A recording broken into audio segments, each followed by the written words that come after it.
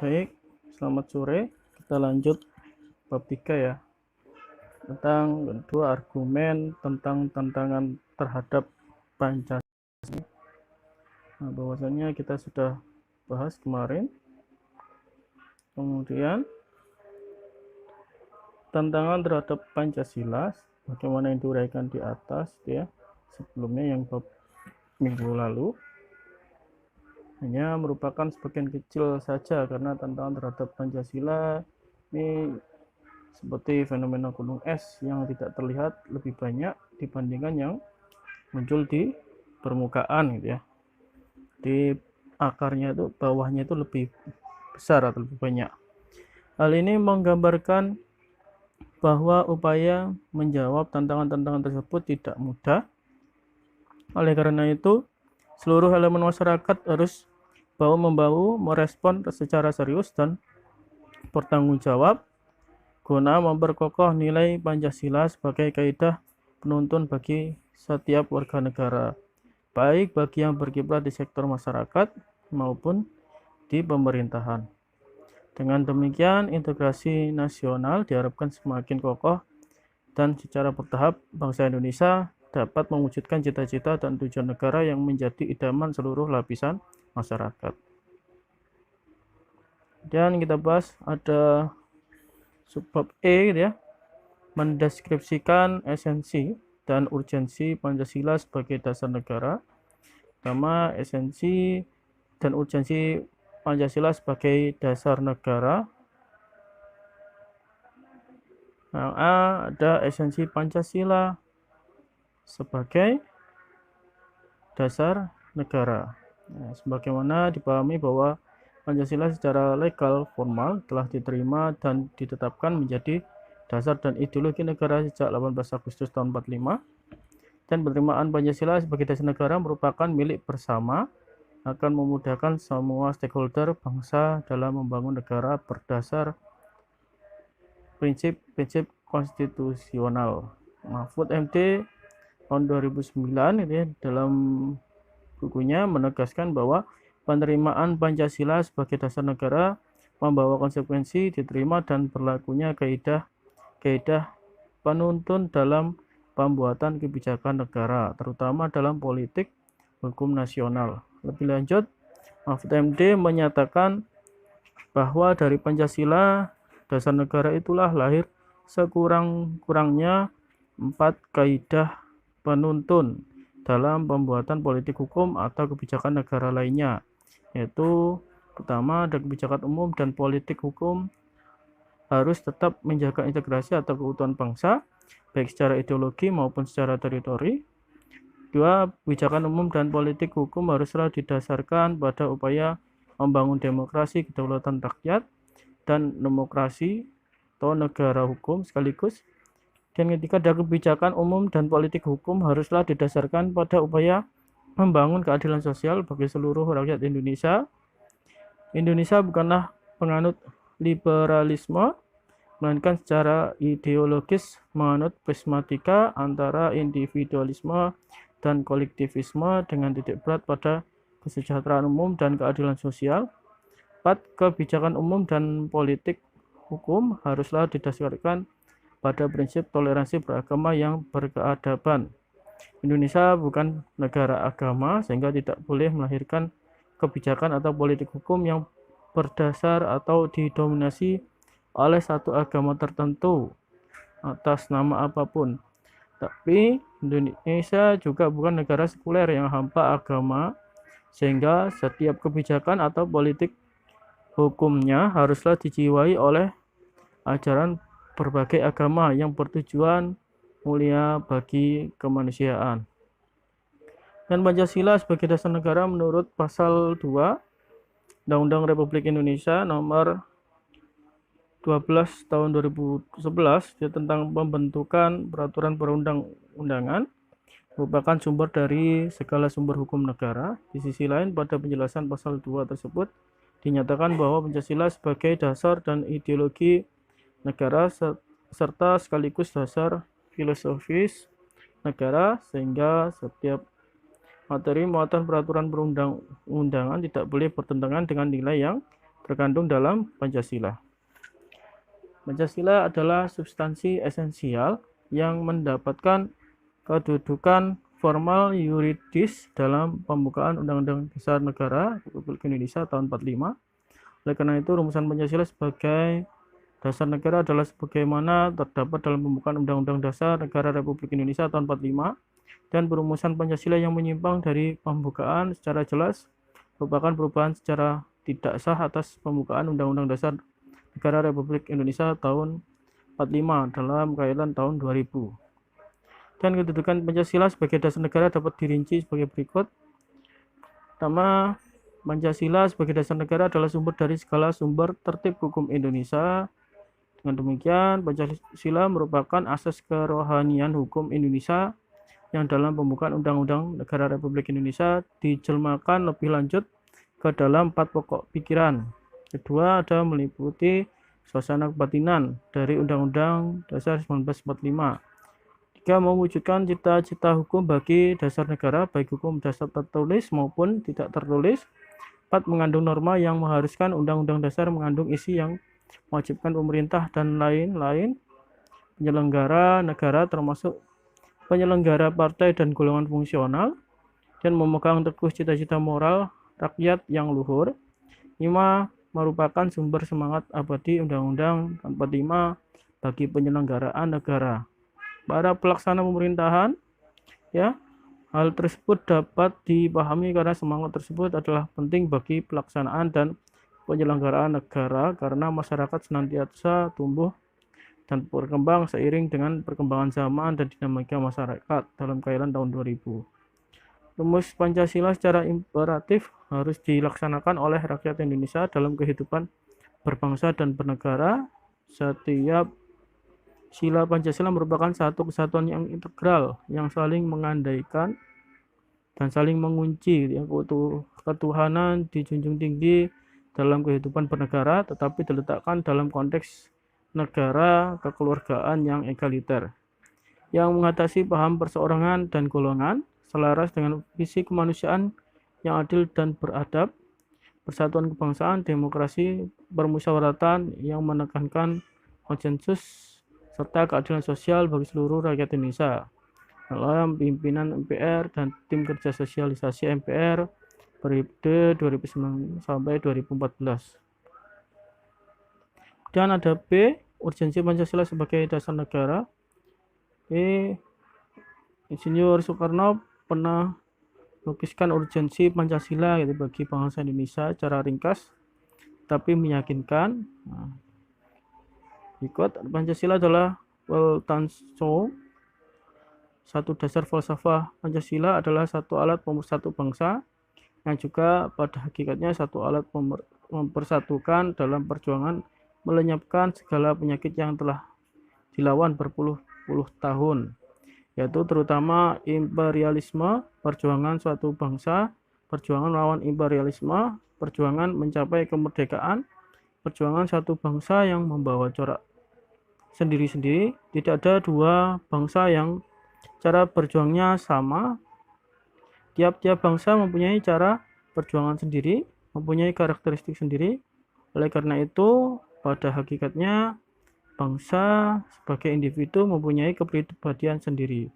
Kepribadian yang terwujud dalam berbagai hal, dalam kenyataannya, dalam perekonomiannya, dalam otaknya, dan lain-lain sebagainya. Ini dalam pimpinan MPR dan tim sosialisasi MPR.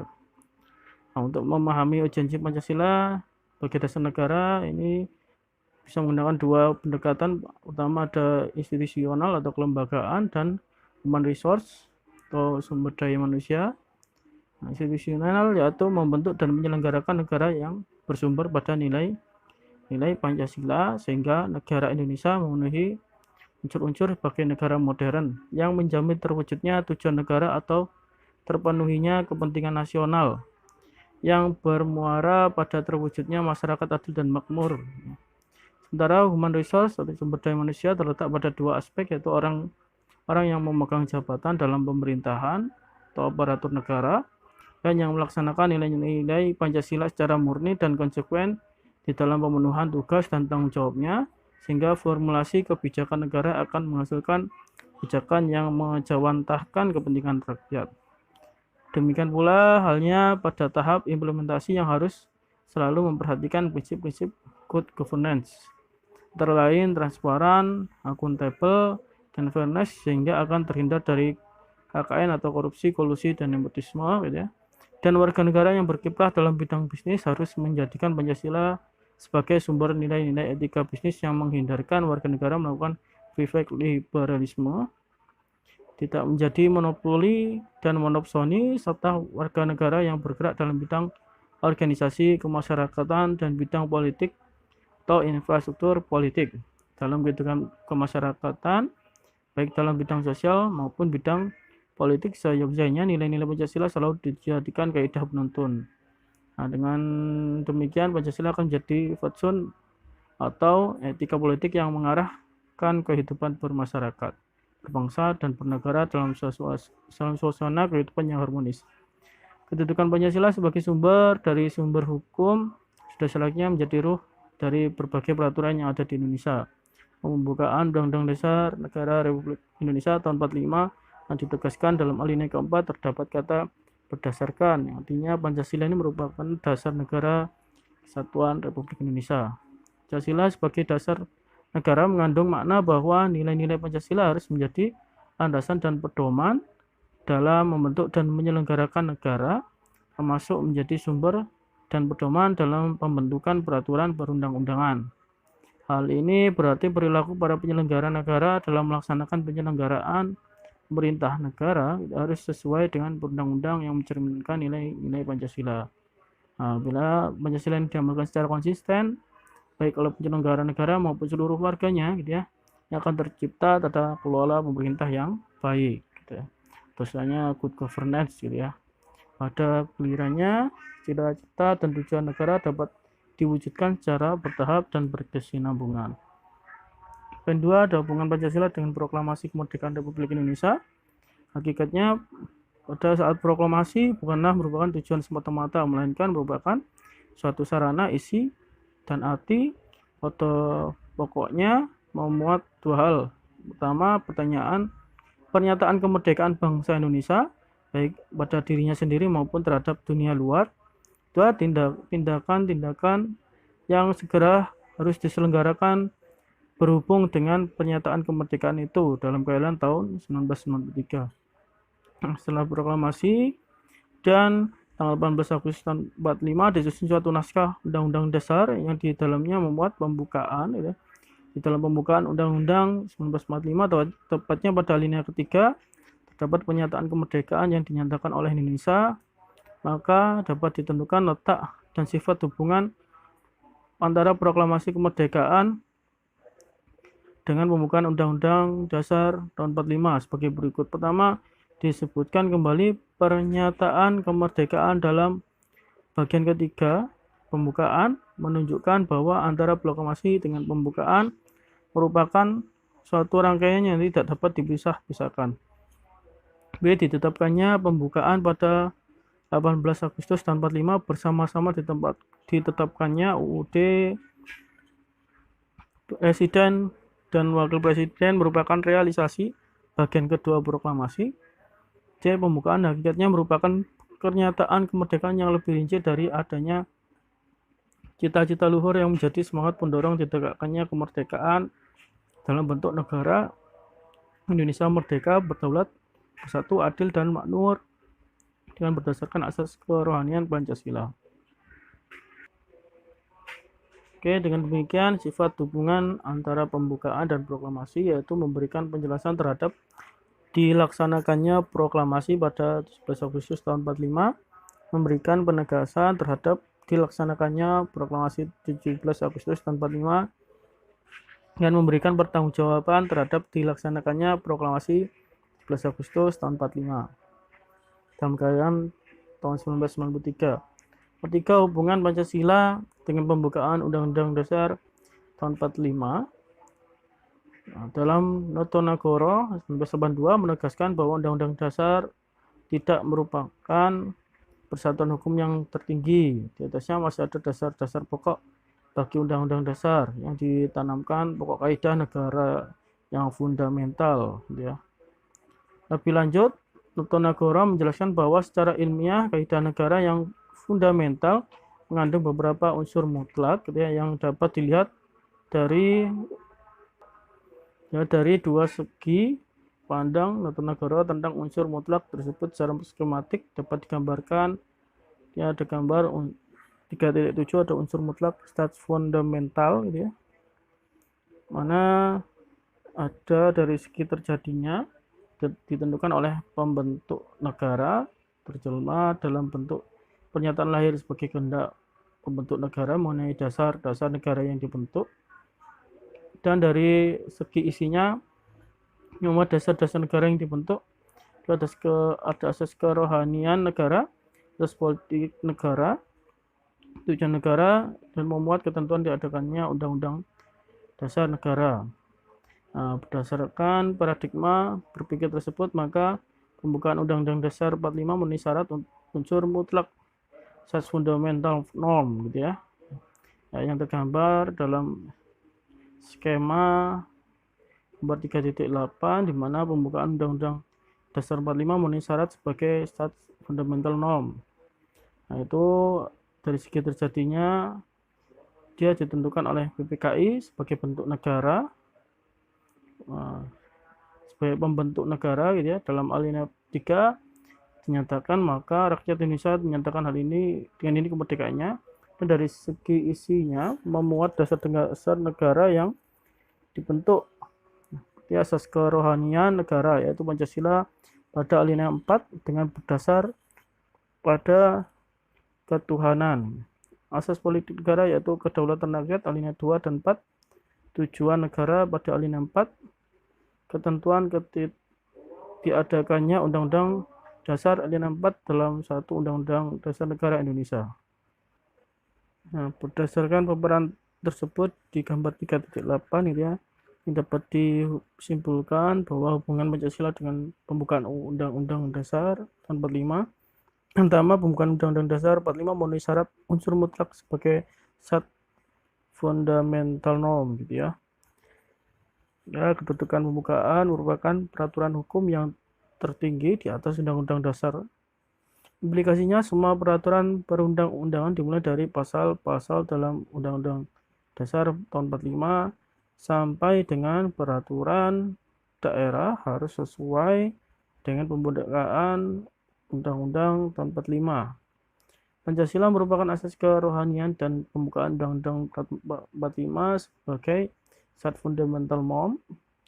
Secara ilmiah akademis, pembukaan Undang-Undang Dasar tahun 45 sebagai syarat fundamental norm punya hakikat kedudukan yang tetap, kuat, dan tidak berubah bagi negara yang dibentuk. Dengan perkataan lain, jalan hukum tidak lagi dapat diubah dalam Notonagoro tahun 1982. Dalam kaitan itu silakan disimak gitu ya, nanti dalam ketentuan dalam pasal 37 ayat 1 sampai ayat 5 Undang-Undang tahun 45 pasca amandemen keempat, dalam pasal 37 hanya memuat ketentuan perubahan pasal-pasal dalam Undang-Undang tahun 45, tidak memuat ketentuan untuk mengubah pembukaan Undang-Undang 45. Hal ini dapat dipahami karena wakil-wakil bangsa Indonesia yang bergabung dalam Majelis Permusyawaratan Rakyat memahami kaidah ilmiah yang terkait kedudukan pembukaan Undang-Undang tahun 45 yang sifatnya permanen, sehingga mereka mengartikulasikan kehendak rakyat yang tidak berkehendak mengubah pembukaan Undang-Undang tahun 45. 4. Penjabaran Pancasila dalam pasal Undang-Undang Negara Republik Indonesia tahun 45 yaitu berdasar, benarkah pasal-pasal yang terdapat dalam Undang-Undang Dasar Negara Republik Indonesia itu berhubungan dengan Pancasila? Ini bisa dicermati bahasan berikut ya. Ya, Anda kalau pasti mengetahui bahwa setelah amandemen atau perubahan keempat dalam 2002 di Undang-Undang Dasar Negara Republik Indonesia tahun 45 terdiri atas pembukaan dan pasal-pasal gitu ya.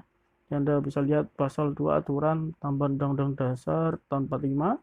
Hal ini berarti bahwa penjelasan Undang-Undang Dasar tahun 45 sudah tidak lagi menjadi bagian dari ketentuan dalam Undang-Undang Dasar tahun 45. Meskipun penjelasan Undang-Undang Dasar tahun 45 sudah bukan merupakan hukum positif, tetapi penjelasan yang bersifat normatif sudah dimuat dalam pasal-pasal Undang-Undang Dasar tahun 45. Selain itu, dalam tataran tertentu, penjelasan Undang-Undang Dasar 45 dapat menjadi inspirasi dalam kehidupan bernegara bagi warga negara. Terkait dengan penjabaran Pancasila dalam pasal Undang-Undang Dasar tahun 45, silakan Anda simak bunyi penjelasan Undang-Undang Dasar tahun 45 sebagai berikut ya. Ini pola pemikiran dalam pokok-pokok pikiran penjelasan Undang-Undang Dasar tahun 45 tersebut merupakan penjelmaan dari pembukaan Undang-Undang Dasar tahun 45. Pancasila merupakan asas kerohanian dalam pembukaan Undang-Undang Dasar tahun 45 sebagai stat fundamental norm. Apabila disederhanakan, maka pola pemikiran tersebut dapat diuraikan sebagai berikut. Pertama, Pancasila merupakan asas kerohanian dan pembukaan Undang-Undang Dasar tahun 45 sebagai stat fundamental norm. Kedua, pembukaan Undang-Undang Dasar tahun 45 dikristalisasikan dalam wujud pokok-pokok pikiran yang terkandung dalam pembukaan Undang-Undang Dasar. 3. Pokok-pokok pikiran yang terkandung dalam pembukaan Undang-Undang Dasar tahun 45 terjelma dalam pasal-pasal Undang-Undang tahun 45. Nah, dalam kaitannya dengan penjabaran Pancasila dalam pasal Undang-Undang Dasar tahun 45 perlu Anda ingat kembali uraian terdahulu yang mengemukakan prinsip bahwa Pancasila merupakan nilai dasar yang sifatnya permanen dalam arti secara ilmiah akademis, terutama menurut ilmu hukum tidak dapat dirubah karena merupakan asas kerohanian atau nilai inti dari permukaan Undang-Undang Dasar tahun 45 sebagai kaidah negara yang fundamental untuk mengimplementasikan nilai-nilai dasar Pancasila dalam kehidupan praksis bernegara. Diperlukan nilai-nilai instrumental yang berfungsi sebagai alat untuk mewujudkan nilai dasar. Adapun nilai instrumental dari Pancasila sebagai nilai dasar adalah pasal-pasal dalam Undang-Undang Dasar tahun 45. Oleh karena itu, kedudukan pasal-pasal berbeda dengan kedudukan Pancasila dan pembukaan Undang-Undang Dasar tahun 45. Implikasinya, pasal-pasal dalam Undang-Undang tahun 45 tidak bersifat permanen, artinya dapat diubah berdasarkan ketentuan dalam pasal 37 ayat 1 sama dengan ayat 5 Undang-Undang Dasar tahun 45. Dan perlu Anda pahami bahwa setiap pasal Undang-Undang Dasar tahun 45 tidak sepenuhnya mengejawantahkan nilai dari suatu sila dalam Pancasila secara utuh. Di sisi lain, suatu pasal dalam Undang-Undang Dasar tahun 45 dapat mencerminkan sebagian nilai yang terkait dengan beberapa sila dalam Pancasila. Hal tersebut dapat dipahami karena pasal-pasal Undang-Undang Dasar tahun 45 sebagai nilai instrumental dapat terkait dengan suatu bidang kehidupan atau terkait dengan beberapa bidang kehidupan bangsa secara integral. Di sisi lain, nilai-nilai Pancasila antara nilai satu dengan nilai sila lainnya tidak terpisah-pisah, melainkan merupakan suatu kesatuan yang utuh dan harmonis. Ini ada beberapa contoh penjabaran Pancasila ya, dalam Undang-Undang Dasar tahun 45. Pada tabel 3.7 ada nilai sila 1 dari pasal 28E, ayat 1 pasal 29 dan pasal lainnya hingga nilai sila kelima gitu ya. 5. Implementasi Pancasila dalam perumusan kebijakan. Berdasarkan uraian tersebut diketahui bahwa konsep implementasi Pancasila dalam perumusan kebijakan pada berbagai bidang kehidupan bernegara sudah barang tentu konsep-konsep yang diuraikan berikut ini bukan merupakan konsep yang mutlak, melainkan merupakan konsep dasar sebagai bahan diskusi. Pertama ada bidang politik. Nah ini kalau Anda lihat pada rapat RW di tempat tinggal Anda, apa yang biasanya terjadi dalam rapat tersebut? Nah, masih Anda melihat kumpulan beberapa orang yang membicarakan masalah yang dihadapi di daerahnya dengan musyawarah. Nah, seperti itulah implementasi Pancasila dalam perumusan kebijakan politik terjadi di lingkungan tempat tinggal mereka ya. Mereka merumuskan kebijakan bukan dengan suara terbanyak, melainkan saling memberi dan saling menerima argumen dari serta musyawarah gitu ya. Nah, dengan demikian kepentingan masyarakat secara keseluruhan akan lebih diutamakan dalam kebijakan yang dirumuskan. Dan implementasi Pancasila dalam perumusan kebijakan dan bidang politik dapat ditransformasikan melalui sistem politik yang bertumpu kepada asas kedaulatan rakyat berdasarkan konstitusi mengacu pada pasal 1 ayat Undang-Undang Dasar ayat 2 Undang-Undang Dasar 45, implementasi asas kedaulatan rakyat dalam sistem politik Indonesia baik pada sektor suprastruktur maupun infrastruktur politik ini dibatasi oleh konstitusi. Hal inilah yang menjadi hakikat dari konstitusionalisme yang menempatkan wewenang semua komponen dalam sistem politik diatur dan dibatasi oleh Undang-Undang Dasar dengan maksud agar tidak terjadi penyalahgunaan kekuasaan oleh siapapun. Dengan demikian, pejabat publik akan terhindar dari perilaku sewenang-wenang dalam merumuskan dan mengimplementasikan kebijakan publik, dan sektor masyarakat pun akan terhindar dari perbuatan anarkis dalam memperjuangkan haknya. Kemudian beberapa konsep dasar implementasi nilai-nilai Pancasila dalam bidang politik dapat dikemukakan sebagai berikut. Pertama, sektor suprastruktur politik. Adapun yang dimaksud adalah semua lembaga-lembaga pemerintah seperti legislatif, eksekutif, yudikatif, dan lembaga pemerintah lainnya baik di pusat maupun di daerah. Semua lembaga pemerintah menjalankan tugas dan fungsinya sesuai batas kewenangan dalam Undang-Undang Dasar dan peraturan undang-undang lainnya. Lembaga-lembaga pemerintah berfungsi memformulasikan, mengimplementasikan, dan mengevaluasi kebijakan publik dalam batas kewenangan masing-masing. Kebijakan publik tersebut harus mengakomodasi input atau aspirasi masyarakat melalui infrastruktur politik sesuai mekanisme atau prosedur yang telah ditentukan dalam peraturan perundang-undangan. Dalam menentukan substansi, prosedur formulasi, dan implementasi kebijakan publik, semua lembaga pemerintah harus bertumbuh pada nilai-nilai Pancasila sebagai dasar negara. Di samping substansi, kebijakan publik tersebut harus merupakan terjemahan atau mengartikulasikan kepentingan masyarakat. Pemerintah juga harus melindungi kemajuan, menegakkan, dan memenuhi hak asasi sesuai dengan ketentuan dalam pasal 28 ayat 4 Undang-Undang Dasar tahun 45 gitu ya. Kedua, ada sektor masyarakat. Pada uraian terdahulu telah dikemukakan bahwa yang dimaksud dengan infrastruktur politik itu lembaga-lembaga sosial politik seperti organisasi masyarakat, partai politik, dan media massa. Dalam sistem politik ada infrastruktur politik yang memberi masukan kepada struktur politik dalam menghasilkan kebijakan publik yang menyangkut kepentingan umum. Fungsi memberikan masukan tersebut mendorong infrastruktur berperan sebagai interest group dan atau pressure group. Ini dapat dibayangkan apabila dalam proses tersebut tidak ada aturan main, maka akan timbul chaos atau kekacauan di masyarakat. Dalam kondisi seperti itulah diperlukan kaidah penentuan yang sesuai dengan nilai Pancasila agar proses tersebut tetap terjaga semangat kekeluargaan dan kegotong royongan.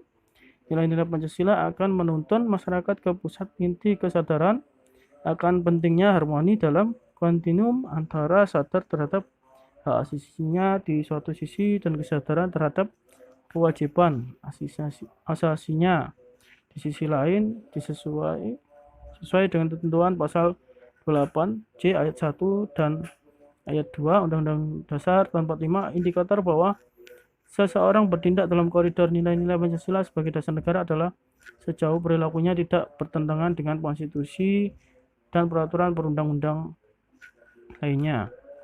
Dan B, ada bidang ekonomi. Ini kalau misalkan Anda lihat di koperasi sekitar daerah Anda gitu ya, apakah sebagai badan usaha masih berfungsi untuk meningkatkan kesejahteraan rakyat, pertanyaannya gitu ya. Atau apakah Anda tertarik untuk mendirikan atau masuk menjadi anggota koperasi? Ini memang bentuk badan usaha dalam sistem ekonomi nasional, bukan hanya koperasi, melainkan juga ada bentuk badan usaha milik perseorangan atau swasta dan milik negara gitu ya. Ketika bentuk badan usaha tersebut diakui keberadaannya, akan menempati posisi yang sama pentingnya dalam meningkatkan ekonomi nasional dan meningkatkan kesejahteraan rakyat. Namun bentuk badan usaha koperasi terkesan mendapat perhatian yang lebih besar dia berdasarkan pasal 33 ayat 1 Undang-Undang Dasar tahun 45. Padahal apabila dicermati ketentuan pasal 27 ayat 2, maka terasa bahwa bentuk badan usaha milik swasta juga menempati kedudukan yang strategis dalam meningkatkan ekonomi nasional dan kesejahteraan rakyat. Di sisi lain, apabila dicermati ketentuan pasal 33 ayat 2 dan ayat 3 Undang-Undang Dasar tahun 45, maka badan usaha milik negara juga menempati posisi yang strategis dalam meningkatkan ekonomi nasional dan meningkatkan kesejahteraan rakyat. Nah, kemudian selain mengacu ketentuan pada pasal 34 ayat 1, 2, 3 dan ayat 4 Undang-Undang Dasar 45, ini negara Indonesia berkewajiban mengembangkan sistem jaminan sosial, gitu, memberdayakan masyarakat yang lemah serta memelihara kelompok marginal, khususnya fakir miskin dan anak terlantar. Nah, mungkin dalam pemikiran Anda terbesit bahwa ketentuan dalam pasal 27 ayat 2 terasa paradoks dengan ketentuan dalam pasal 33, khususnya ayat 1, 2, 3, dan 4. Kedua prinsipnya dalam dua pasal tersebut ibarat kontinum dari sisi sosialisme ke kanan atau kapitalisme liberalisme, yang di tengahnya ada titik keseimbangan. Titik keseimbangan tersebut akan ditentukan oleh DPR bersama Presiden sebagaimana diatur dalam pasal 23 ayat 1 dan ayat 2 Undang-Undang Dasar tahun 45. Ini dari ketentuan keuangan negara. Ya, ini inti dari ketentuan dalam pasal tersebut bahwa APBN sebagai wujud dari pengelolaan keuangan negara ditetapkan setiap tahun dengan undang-undang dan dilaksanakan secara terbuka dan bertanggung jawab untuk sebesar-besarnya kemakmuran rakyat, gitu ya. Dan spirit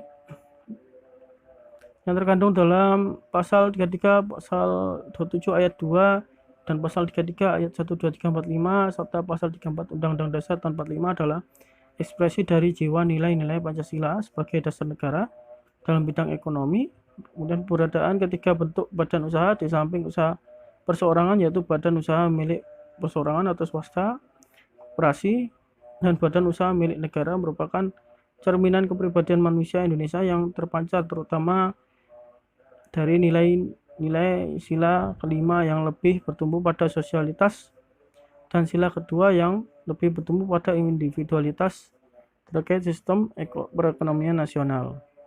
Ini sudah barang tentu prinsip-prinsip nilai sila kelima dan kedua dalam sistem perekonomian tersebut tidak terlepas dari nilai-nilai sila lainnya dalam Pancasila. Sebagai bahan pembanding, ya, atas uraian tersebut ini ada pandangan Yarto dalam Usman dan Alfian tahun 1993 mengenai 5 prinsip pembangunan ekonomi yang mengacu pada nilai Pancasila. Yang pertama, ketuhanan yang Maha Esa. Jadi perekonomian digerakkan oleh rangsangan ekonomi, sosial, dan moral, dan kemanusiaan yang adil dan beradab. Ada kehendak kuat dari seluruh masyarakat untuk mewujudkan pemerataan sosial sesuai asas-asas kemanusiaan. Dan yang ketiga, prioritas kebijaksanaan ekonomi adalah penciptaan perekonomian nasional yang tangguh. Hal ini berarti nasionalisme menjiwai setiap kebijaksanaan ekonomi. 4. Koperasi merupakan soko guru perekonomian dan merupakan bentuk saling konkret dari usaha bersama. 5. Adanya imbangan yang jelas dan tegas antara perencanaan di tengah nasional dan desentralisasi dalam pelaksanaan kebijaksanaan ekonomi untuk mencapai keadilan ekonomi dan keadilan sosial. Nah, nilai-nilai Pancasila sebagai dasar negara dalam bidang ekonomi mengidealisasikan terwujudnya keadilan sosial bagi seluruh rakyat Indonesia. Oleh karena itu, kebijakan ekonomi nasional harus bertumbuh pada asas-asas keselarasan, keserasian, dan keseimbangan peran perseorangan, perusahaan swasta, badan usaha milik negara dalam implementasi kebijakan. ekonomi. Selain itu ya, negara juga harus mengembangkan sistem jaminan sosial bagi seluruh rakyat dan memberdayakan masyarakat yang lemah termasuk fakir miskin dan anak terlantar sesuai dengan martabat kemanusiaan sebagaimana diamanatkan pasal 34 ayat 1 sampai dengan ayat 4 Undang-Undang Dasar tahun 45. Kebijakan ekonomi nasional tersebut tidak akan terwujud jika tidak didukung oleh dana pembangunan yang besar. Dana pembangunan diperoleh dari kontribusi masyarakat melalui pembayaran pajak, yang mana pajak ini merupakan bentuk distribusi kekayaan dari yang kaya kepada yang miskin, sehingga pada hakikatnya pajak itu dari rakyat dan untuk rakyat. C. Bidang sosial budaya. Nah, ini kalau Anda pernah menyapu halaman rumah dengan sapu lidi, dia nanti bisa dibandingkan kalau bagaimana kalau lidi itu banyak kemudian diikat dalam satu ikatan. Hasilnya apakah cepat yang satu lidi atau dengan seikat lidi? Nah, ini yang menjadi dasar berpijak masyarakat yang dibangun dengan nilai persatuan dan kesatuan. Bahkan kemerdekaan Indonesia pun terwujud karena adanya persatuan dari kesatuan bangsa. Sejatinya masyarakat Indonesia memiliki karakter hidup bergotong royong sebagaimana disampaikan oleh Bung Karno dalam pidatonya 1 Juni tahun 45. Namun akhir-akhir ini semangat kegotong royongan di kalangan masyarakat menunjukkan gejala semakin lentur, ya. Asa persatuan kesatuan bangsa tergerus dan tantangan harus globalisasi yang bermata nilai individualistik dan materialistik. Apabila hal ini tidak segera dicegah, bukan tidak mungkin jadi diri bangsa akan semakin terancam. Mengingat karakter masyarakat Indonesia yang berbineka tunggal ika sebagaimana disebutkan dalam pasal 36A Undang-Undang Dasar 45, hal tersebut mengisyaratkan pada segenap komponen bangsa agar berpikir konstruktif, yaitu memandang kebinekaan masyarakat sebagai kekuatan bukan sebagai kelemahan, dan lagi dianggap sebagai faktor disintegratif tanpa menghilangkan kewaspadaan upaya pecah belah dari pihak asing. Dan strategi yang harus dilaksanakan pemerintah dalam memperkokoh kesatuan dan persatuan melalui pembangunan sosial budaya ditentukan dalam pasal 31 ayat 5, pasal 32 ayat 1 dan ayat 2 Undang-Undang Dasar tahun 45. Berdasarkan ketentuan dalam pasal 31 ayat 5 Undang-Undang Dasar tahun 45 disebutkan bahwa pemerintah memajukan ilmu pengetahuan dan teknologi dengan menjunjung tinggi nilai-nilai agama dan persatuan untuk kemajuan peradaban serta kesejahteraan umat manusia. Di sisi lain, menurut pasal 32 ayat 1 Undang-Undang Dasar 45 dinyatakan bahwa negara memajukan kebudayaan nasional Indonesia di tengah peradaban dunia dengan menjamin kebebasan masyarakat dalam memelihara dan mengembangkan nilai-nilai budayanya. Sejalan dengan hal itu, menurut pasal 32 ayat 3 Undang-Undang Dasar tahun 45 ditentukan bahwa negara menghormati dan memelihara bahasa daerah sebagai kekayaan budaya nasional, ya. Di nilai-nilai instrumental Pancasila dalam memperkokoh ketuhanan atau integrasi nasional sebagaimana tersebut di atas, sejalan dengan pandangan ahli sosiologi dan antropologi yakni Selo Sumarjan dalam Usman dan Alfian tahun 1993 bahwa kebudayaan suatu masyarakat dapat berkembang, mungkin perkembangannya berjalan lambat seperti terjadi dalam masyarakat pedesaan yang kurang sarana untuk berkomunikasi dan berinteraksi dengan masyarakat lain. Mungkin juga perkembangan tersebut berjalan cepat, bahkan sering terlampau cepat seperti yang terjadi pada masyarakat kota. Nah, perkembangan budaya itu didorong oleh aspirasi masyarakat dengan bantuan teknologi. Nah, hanya untuk sebagian saja perkembangan budaya itu dipengaruhi oleh negara. Dapat dikatakan bahwa terdapat hubungan yang saling mempengaruhi antara masyarakat dan kebudayaannya pada satu pihak dan negara dengan sistem kenegaraannya pada pihak lain. Apabila kebudayaan masyarakat dan sistem kenegaraan diwarnai oleh jiwa yang sama, maka masyarakat dan negara itu dapat hidup dengan jaya dan bahagia. Akan tetapi apabila antara kedua unsur itu ada perbedaan, bahkan mungkin bertentangan, kedua-duanya akan selalu menderita frustasi dan rasa tegang. Dan demikian semua kebijakan sosial budaya yang harus dikembangkan dalam kehidupan bermasyarakat, berbangsa, dan bernegara di Indonesia harus menekankan rasa kebersamaan dan semangat bergotong royong, gitu ya, karena merupakan peribadian bangsa Indonesia yang konstruktif, sehingga budaya tersebut harus dikembangkan dalam konteks kekinian. Dan di bidang hukum, bidang Hankam, nah ini kalau Anda sudah akrab dengan istilah bela negara, istilah pertahanan, dan istilah keamanan negara, nah, ini terkait dengan pembahasan mengenai implementasi Pancasila dalam bidang pertahanan keamanan negara. Anda juga sudah paham bahwa berbicara tentang hal tersebut sudah barang tentu harus terkait dengan ketentuan pasal 37 ayat 3 dan pasal 30 ayat 1, 2, 3, 4 ayat 5 Undang-Undang Dasar 45. Berdasarkan ketentuan pada pasal 27 ayat 3 Undang-Undang Dasar 45, setiap warga negara berhak dan wajib ikut serta dalam upaya pembelaan negara. Bagi Anda sebagai warga negara yang baik, bela negara bukan hanya dilihat sebagai kewajiban, melainkan juga merupakan kehormatan dari negara. Ini bela negara dapat didefinisikan sebagai segala sikap dan perilaku warga negara yang dijiwai oleh kecintaannya kepada tanah air dan bangsa, dalam menjaga kelangsungan hidup bangsa dan negara berdasarkan Pancasila guna mewujudkan tujuan nasional. Wujud keikutsertaan warga negara dalam bela negara dalam keadaan damai banyak bentuknya. Aplikasi jiwa pengabdian sesuai profesi pun termasuk bela negara. Semua profesi merupakan medan juang bagi warga negara dalam bela negara sepanjang dijiwai semangat pengabdian dengan dasar kecintaan kepada tanah air dan bangsa.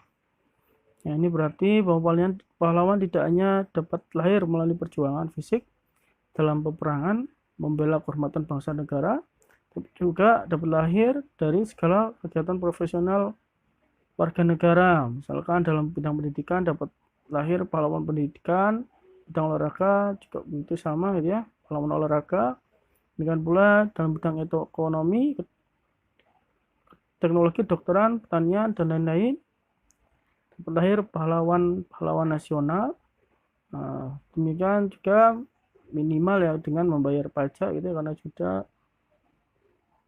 juga pahlawan karena mereka rela menyerahkan sebagian dari penghasilan dan kekayaan untuk membantu negara membiayai pembangunan seperti pembangunan jalan, jembatan, pembayaran gaji TNI, Polri, serta penyediaan program pembangunan yang pro masyarakat miskin berupa subsidi dan sebagainya.